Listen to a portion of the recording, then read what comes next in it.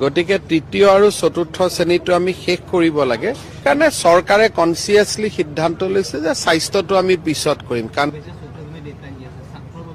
হ'ব আই থিংক জানুৱাৰীত হ'ব নেকি আপোনালোকে আচলতে প্ৰশ্ন তেওঁলোকক কৰাৰ উত্তৰ মই দিছো যে আমাৰ চৰকাৰত ইমান ডাঙৰ মেচিনাৰী নাই একেবোৰ অফিচাৰে ইয়াৰ পৰা তাত দৌৰি থাকে গতিকে তৃতীয় আৰু চতুৰ্থ শ্ৰেণীটো আমি শেষ কৰিব লাগে সেইকাৰণে চৰকাৰে কনচিয়াছলি সিদ্ধান্ত লৈছে যে স্বাস্থ্যটো আমি পিছত কৰিম কাৰণ স্বাস্থ্য বিভাগত কৰ্মচাৰী সংখ্যা যথেষ্ট আছে কাৰণ যোৱা 6 বছৰতো অকল স্বাস্থ্য বিভাগতে নিযুক্তি হৈ আছিল সেইকাৰণে আমি এটো চৰকাৰে সচেতনভাৱে সিদ্ধান্ত লৈছো আৰু মানুহে এটো ভুল বুজিব নালাগে আমাৰ হাতত আইএছ অফিচাৰ 16-17 জনে আছে গতিকে আমি বহুত কাম একেলগে কৰিব নোৱাৰো কৰিম বুলি ভাবিলো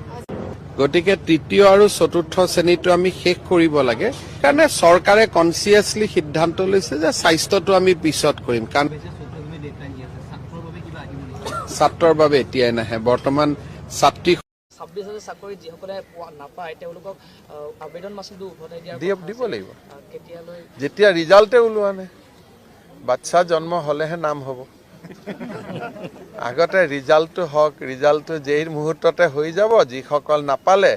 তেওঁলোকক কৈ দিম যে আপোনালোকে পইচাটো লৈ লওক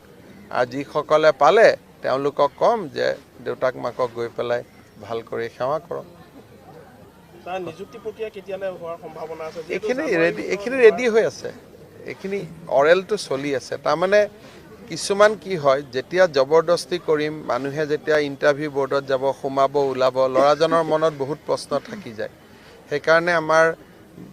ভেটেনাৰী ডিপাৰ্টমেন্টৰ কেম্পাছত হৈ আছে আপোনালোকেও চাব ডেইলি আমি এটা বোৰ্ডত 50 জন 70 জন 100 জন সবে যাতে ধুনীয়াকৈ ইন্টাৰভিউ দিব পাৰে কাৰো মনত যাতে খুদনি নাথাকে সেইকাৰণে সুন্দৰ কৰি ব্যৱস্থা কৰিছে আৰু হ'ব যেতিয়া মোৰ কাৰণে জানুৱাৰী ফেব্ৰুৱাৰী ডেডলাইনটো নাই মোৰ ডেডলাইন হ'ল 26 চনৰ এপ্ৰিল